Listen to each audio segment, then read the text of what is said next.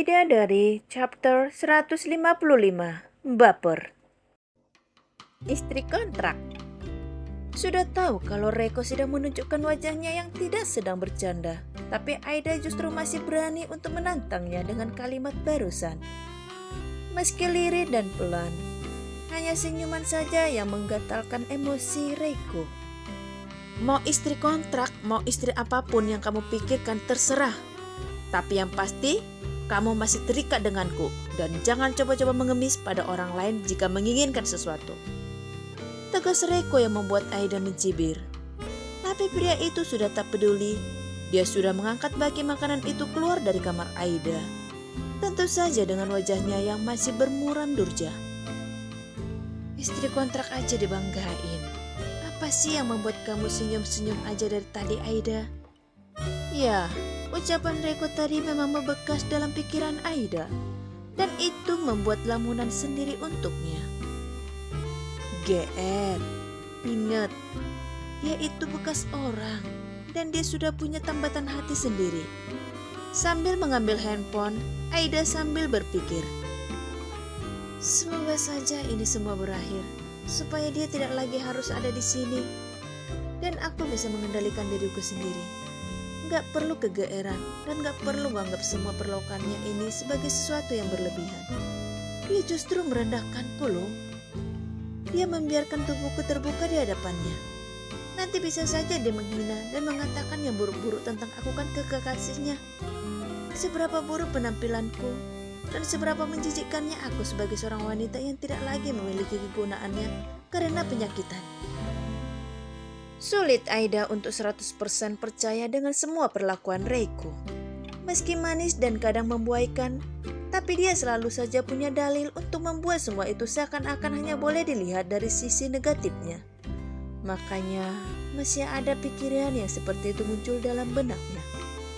Padahal Aida bukanlah orang yang selalu berpikiran negatif sebelumnya. Pegal sekali pinggangku.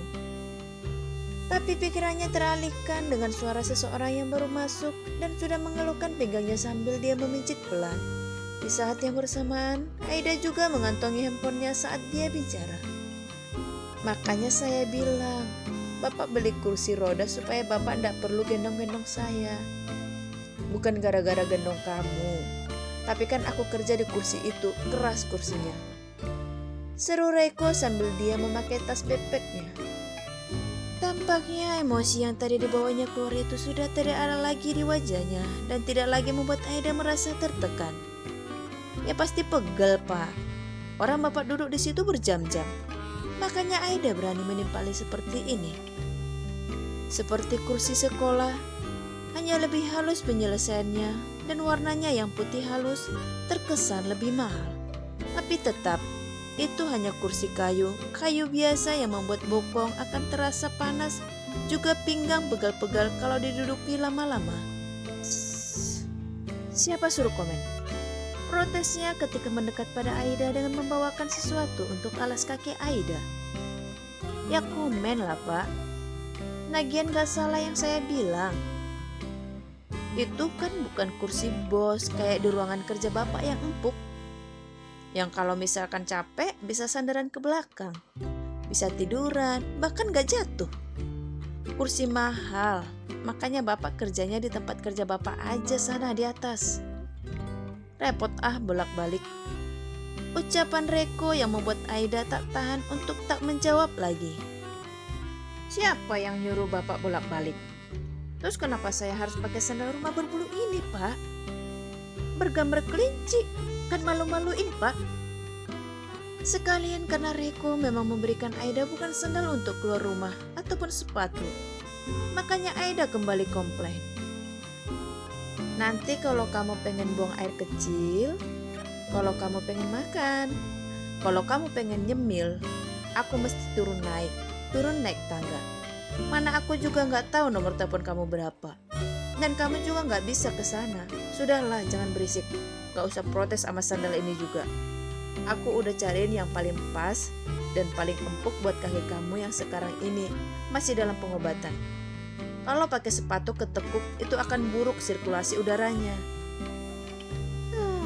Pintar dia bicara, seakan peduli padaku. Sih, omel di hati Aida yang berusaha untuk tidak mempercayai itu.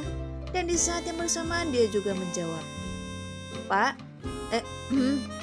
panggil perawat aja deh Pak.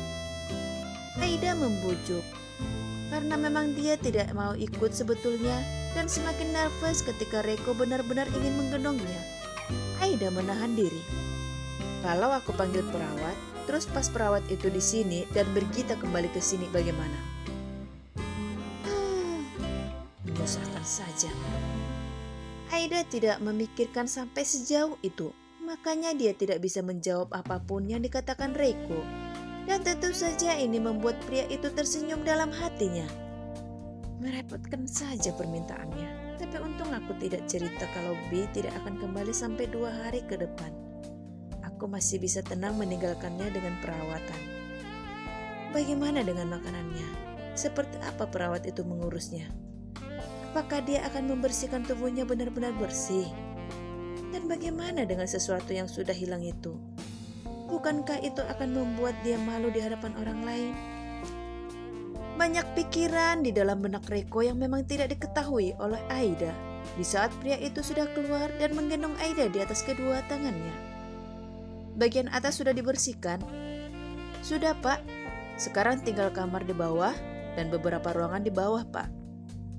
Kalau begitu selesaikan dan jangan lupa buang sampahnya. Di sini baru mengertilah Aida kalau Reiko menyuruh housekeeping untuk membersihkan bagian atas dulu. Makanya tadi tengah hari mereka tidak membersihkan kamarnya duluan. Tapi apa pikiran mereka melihatnya menggendongku begini? Apa mungkin mereka akan berpikir kalau aku adiknya? Toh di kamar sana juga ada pakaian wanita kan? Aida sungguh tak mengerti apa yang ada di dalam benak Reiko. Makanya dia menduga-duga seperti ini. Tapi sekarang Aida sedang malas protes. Makanya dia membiarkan saja pria itu menggendongnya keluar dari apartemen. Bantu aku pencet liftnya yang ke arah bawah. Aida mengikuti apa yang diperintahkan oleh Reiko. Sebelum pintu lift akhirnya terbuka dan mereka turun perlahan menuju ke basement.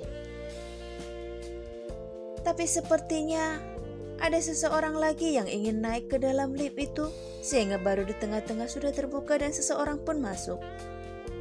Kenapa kamu diam aja? Di saat lift itu turun, di saat yang bersamaan juga Reiko bicara.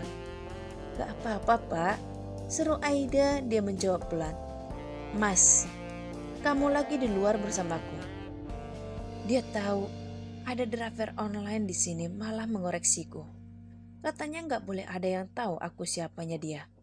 Pikiran Aida mangkel. Entahlah, tapi ini membuat Aida malah ingin terkekeh mendengarnya meski sebenarnya dia ingin marah.